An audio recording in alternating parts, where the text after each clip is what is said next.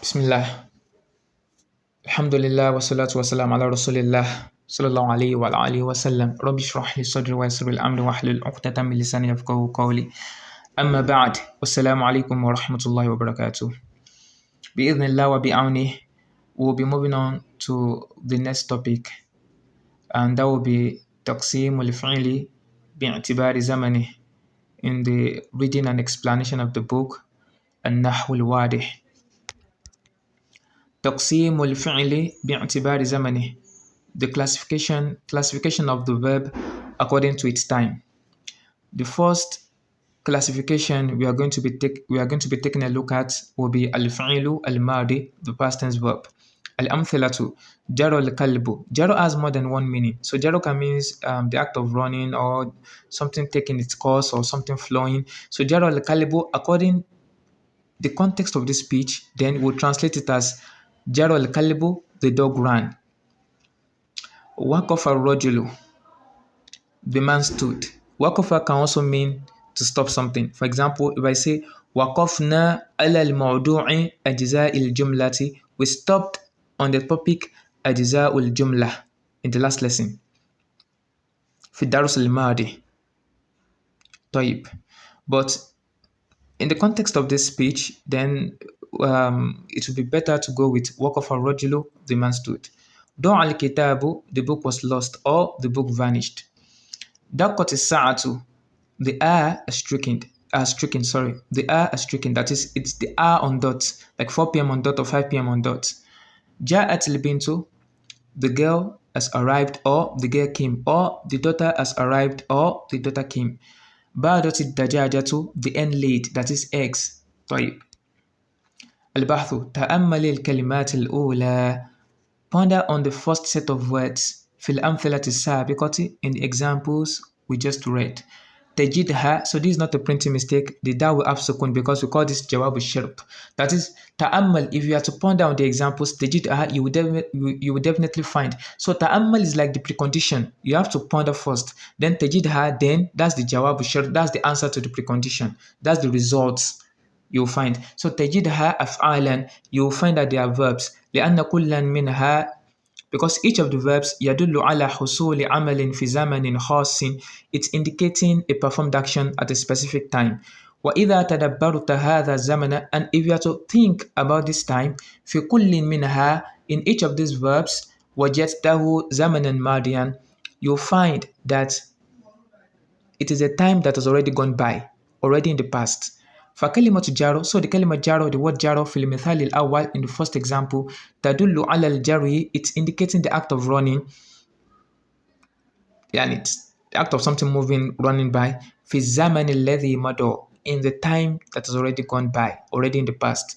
قبل تكلمي, before the speech took place. يعني if I say جارو الكلب, I'm already talking about something that has already taken place. That is, the dog has already run before I made my speech. طيب. وكلمة وقفة, and the كلمة وقفة, the word وقفة في المثال الثاني, in the second example, تدل على الوقوف, it's indicating the act of standing. في زمن الذي مضى من قبل تكلم أيضا, in a time that has already gone by, already in the past, before the speech occurred. وهلم جرًا, and so on and so forth. That is, the same is the case for the rest of the verbs in the examples. وَلِذَلِكَ تُسَمَّى كُلُّ كَلِمَةٍ مِنَ الْكَلِمَاتِ, and because of this, each word from these words is called فِعْلًا مَاضِيًا, فِعْلٌ مَاضٍ, a past tense verb. وَكَذَلِكَ, and the same is the case, جَمِيعُ الْكَلِمَاتِ الَّتِي مِنْ هَذَا النَّوْعِ, for all type of words that are from this category, that is pointing, that is indicating a performed action in the past. So we'll call it what? فعل ماض. القاعدة الفعل الماضي, the past tense verb, هو كل فعل, it is each verb يدل على حصول عمل, that is indicating a performed action في الزمن الماضي, in the time that has already gone by, in the past. Exercises. Now طيب, because English is different from Arabic in the way the verbs are conjugated. Because in Arabic, each verb is conjugated according to its pronoun. For example, if I want to say I went to the madrasa, I will say ذهبت إلى المدرسة. That is for first person singular, masculine or feminine. Now, if I want to say he went to the madrasa, then I will say ذهب إلى المدرسة. You can see that ذهبت and ذهب, they are different. So the same is the case for the rest of the pronouns. So it is conjugated differently by attaching one or two last طيب. So I want us to practice like 3 different verbs so that we can be very, very familiar with how to conjugate verbs. But the verb we are using right now is the simple trilateral verbs, the simplest form of verb in Arabic, because we have quadrilateral verbs, you understand, and then we have the mazids, you understand, the trilateral verbs that are mazid and the quadrilateral verbs that are mazid. But for now, let's practice this. So I have the verb kataba, kataba. So how do we conjugate the verb kataba? Kataba means he wrote, he wrote. So don't forget, we can't say kataba, to write. Kataba, he wrote. Toib. So what if I want to say I wrote? First person, singular, masculine and feminine. I will say what? Katabtu. You can see it in the first row. Katabtu. What if I want to say we wrote for plural, first person plural, masculine or feminine? Then we'll say katabna. So you can see that in the first person singular, masculine and feminine, so ta with a dhamma was added, right? Was added to the kataba. Then the ba was given sukun, so it became what? It became katabtu. From kataba what to katabtu. Then nahnu katabna, then the noun with alif mad was added. So it became what? Katabna from kataba. Then we want to say you wrote, second person singular masculine. I will say what? Katabta. That means ta and ta with fatha was added. So it became katabta, you wrote. What about you wrote for second person feminine, singular feminine? Then I will say katabti. That means ta with a kesra was added to the what? To kataba, so it became katabti. What do I want to say? Two people, yani second person dual, masculine and feminine. You wrote for 2 people. Then I will say katabtuma. That means ta with a doma, then mim with an alif mad was added, so it became what? Katabtuma.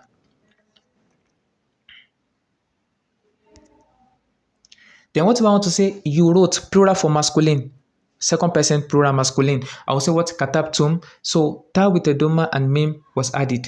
So what I'm explaining, that's the same for all verbs that are from this type. All verbs. Then we want to say you wrote for plural, second person feminine. I will say katabtunna, katabtunna. So ta with a doma, then nun mushaddad with a fatha was added. So it became what? Katabtunna. That is you wrote, second person plural feminine. Then he wrote for third person singular masculine. I will say what? Kataba, he wrote. For third person singular feminine, I will say what?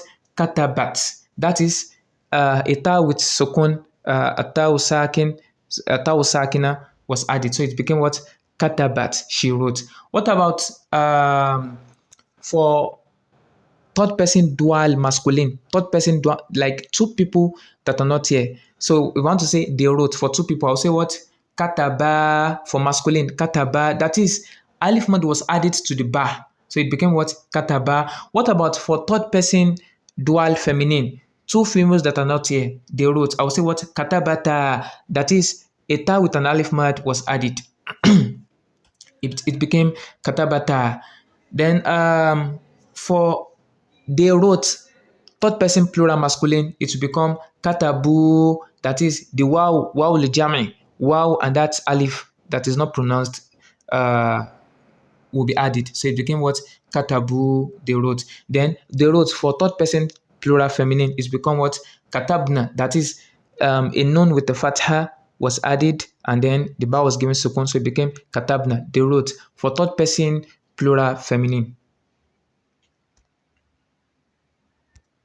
Another verb, alima, to know, in knew. We want to say I knew. I will say what? Alimtu. Now you can see. So I've already explained in the first verb. Alimtu. For if I want to say we knew, then I will say what? Alimna. Then you knew. Alimta.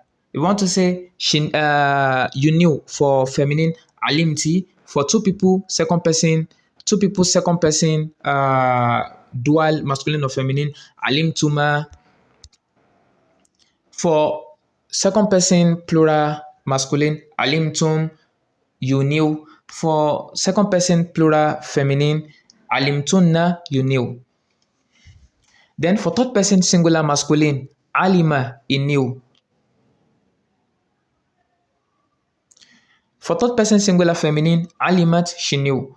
For third person dual masculine, alima, they knew. They both knew. Then for third person dual alimata, they both knew. Then for third person plural masculine, alimu, they knew. Then for third person plural feminine, alimna, they knew. Then another verb, karuma, to be honored.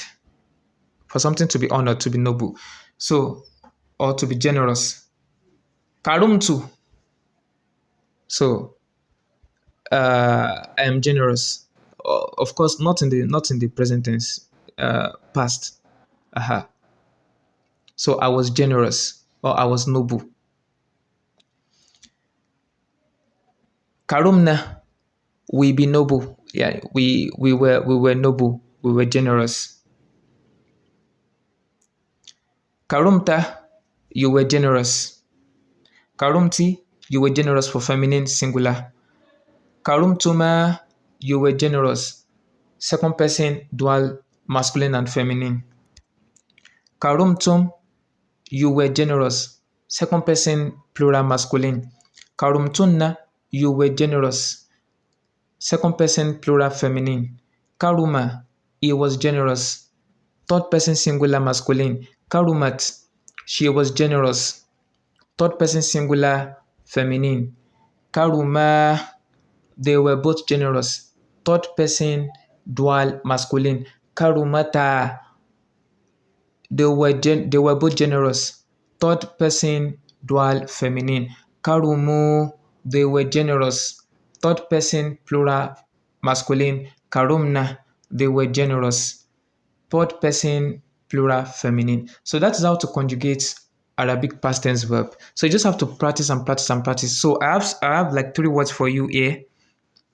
For you to practice, then you will send your answers to me. So you have to conjugate each of these verbs in all the pronouns in the past tense form. So we have kharaja, then hasiba, and then rozako. Kharaja means to exit. Kharaja means he exited. Then hasiba, it thought. Then rozako, it provided or it nourished. والصلاة والسلام على رسول الله سبحانك اللهم وبحمدك أشهد أن لا إله إلا أنت أستغفرك وأتوب إليك والله أعلم والسلام عليكم ورحمة الله وبركاته.